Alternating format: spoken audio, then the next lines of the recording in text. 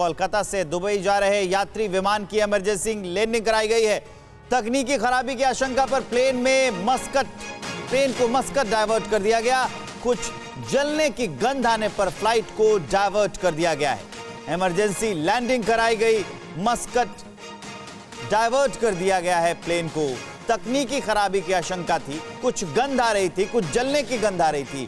उसके बाद इस प्लेन को डाइवर्ट कर दिया गया, मस्कट डाइवर्ट किया गया और दुबई जा रहे इस विमान की इमरजेंसी लैंडिंग कराई गई।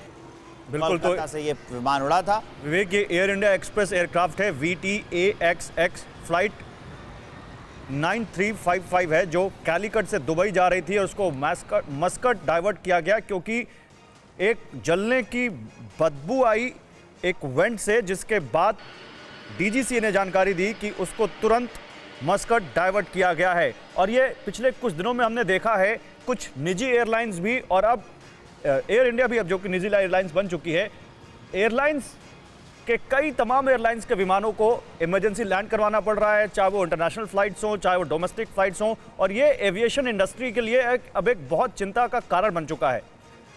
आशीष इस वक्त हमारे साथ हैं। आशीष, हमने देखा था स्पाइस जेट की एक फ्लाइट कराची में इमरजेंसी लैंड करवानी पड़ी थी, आज एक और कराची लैंड हुई है स्पाइस जेट की फ्लाइट। अब एयर इंडिया की फ्लाइट को मस्कट डाइवर्ट किया जा रहा है।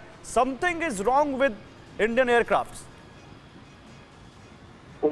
ये एक प्रिकॉशनरी लैंडिंग है गौरव, और इस तरह की लैंडिंग के दौरान किसी भी इंटरनेशनल एयरपोर्ट पर फुल इमरजेंसी नहीं डिक्लेयर की जाती। ये एक प्रिकॉशनरी लैंडिंग डिक्लेयर करके डाइवर्ट किया जाता है। वो इसलिए क्योंकि बस अगर किसी तरह का डाउट हो क्रू को या फिर पायलट्स को, जैसे कि इस केस में दिखाई दिया एयर इंडिया एक्सप्रेस के IX355 जो कैलिकट से दुबई थी, कि उन्हें कोई जलने की स्मेल आ रही थी एक वेंट से, और इसीलिए वो चेक करने के लिए वो मस्कत में लैंड कर गया। आप अगर पूरा रूट देखेंगे तो मस्कत के बाद में अगर कोई और बड़ी चीज डिटेक्ट होती तो फिर डाइवर्जन के लिए या फिर लैंडिंग के लिए कोई और नियरेस्ट एयरपोर्ट उनके पास बचता नहीं। इसीलिए उन्होंने प्रिवेंटिव लैंडिंग करके मस्कत में ही उसे चेक करना शुरू कर दिया है। आपको याद दिला दूं कि एयर इंडिया एक्सप्रेस एक सब्सिडरी है एयर इंडिया की, although A separate company but subsidiary है, और इसके सारे के सारे जो एयरक्राफ्ट हैं वो एक पूरा फ्लीट है 24 बोइंग 737-800 का, जो कि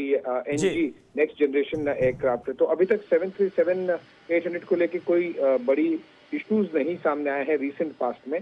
ऐसे में केवल और केवल इसे एक प्रिकॉशनरी लैंडिंग देखनी चाहिए, क्योंकि मस्कट में लैंड करके चेक करें और उसके बाद में फिर वो आगे। ठीक है आशीष, इस जानकारी के लिए फिलहाल आपका शुक्रिया। एक दिन के अंदर अंदर दूसरी इमरजेंसी लैंडिंग की खबर हमारे सामने।